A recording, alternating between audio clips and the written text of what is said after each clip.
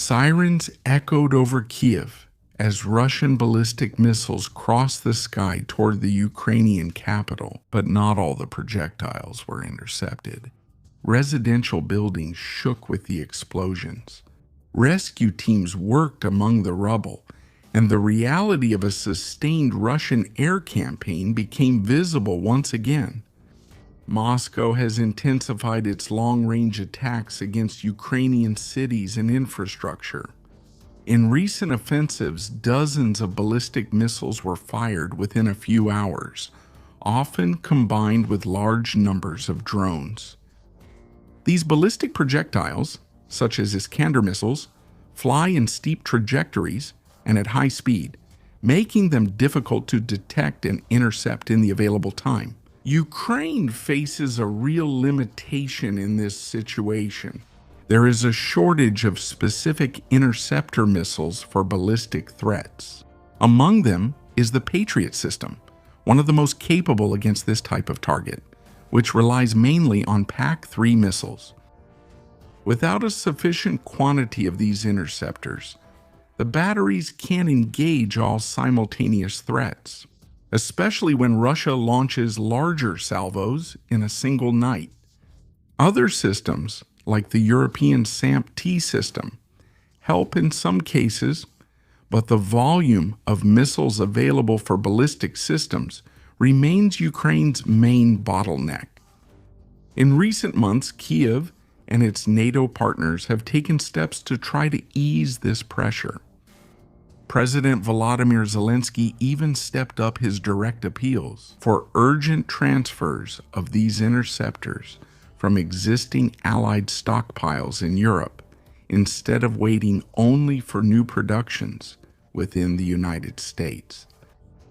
Contracts already signed provide for future deliveries and PAC-3 missiles, with support from Germany in some cases, although these arrivals are scheduled for the coming years. At the NATO summit in Ankara, they also discussed the possibility of licenses for Ukraine to produce its own Patriot systems locally, which would of course reduce dependence on foreign stockpiles in the long run. Ukrainian operators have adapted tactics on the battlefield, using fewer interceptors per target when necessary to stretch available stockpiles. Even so, in some recent attacks, not a single missile was brought down. While Ukrainian air defenses operate under this restriction in the air, another front has gained strength at sea. Ukraine's unmanned systems forces have launched a concentrated campaign in the Sea of Azov, which in just 9 days struck 116 Russian vessels. Just this morning, July 14th, the commander of these forces, Robert Brovide, known as Madyar, reported 11 more ships hit during the night, 5 oil tankers, 5 dry cargo ships, and a tugboat. The total has already reached 116 vessels in 9 days as part of the operation called Maloshka. If you want to watch this full video and have access to exclusive content only for members, become a channel member by simply clicking this join button. In previous days, the numbers were also very high, 15 ships in a single previous night, bringing the total to 105 in 8 days. The main targets are still the feeder ships of the so-called Ghost Fleet.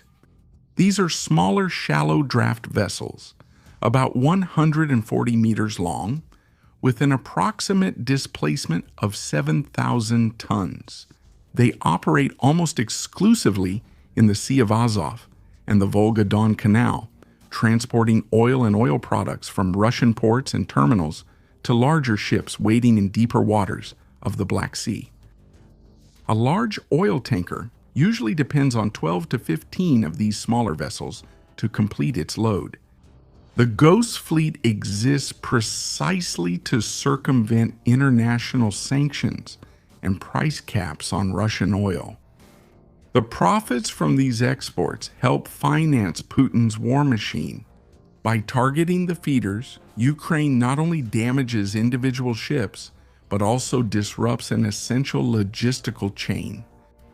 The group's commander emphasized that this limits the supply of fuel to occupied Crimea, where alternative routes by road and rail are also under constant pressure from Ukrainian attacks. These attacks are carried out with drones from the Magyar Unmanned Systems units, which operate on an industrial scale in this shallow region. Released videos show direct hits, vessels on fire, and tugboats trying to remove damaged ships. The operation has been very systematic. On consecutive nights, dozens of targets are engaged. In one of these actions, 73 effective hits were recorded in a single night against a group of ships. Ukraine, in turn, argues these attacks were strikes on legitimate military targets. The ships of the Ghost Fleet directly support the war effort by generating revenue and keeping troops and infrastructure in occupied areas supplied. In a letter to the International Maritime Organization, Deputy Prime Minister Alexei Kuleba rejected Russian accusations of terrorism. He noted that Russia has attacked 59 merchant ships since the beginning of the large-scale invasion. Russia, in turn, classifies the actions as terrorist attacks against commercial shipping.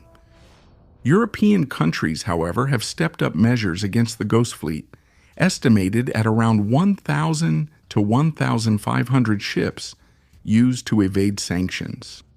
This campaign in the Sea of Azov represents an asymmetric and effective response. While Ukraine is unable to completely block Russian air attacks due to a lack of sufficient means, it imposes real costs on the enemy's logistical rear. Crimea, which relies on sea routes for fuel and supplies after previous damage to the land bridge, feels the effects. The number of ships hit in such a short time demonstrates Ukraine's capacity to produce and operate drones in this domain. Observing the economic chaos and the failure of its defenses, Russian President Vladimir Putin stated that Russia will continue and intensify its actions against Ukraine.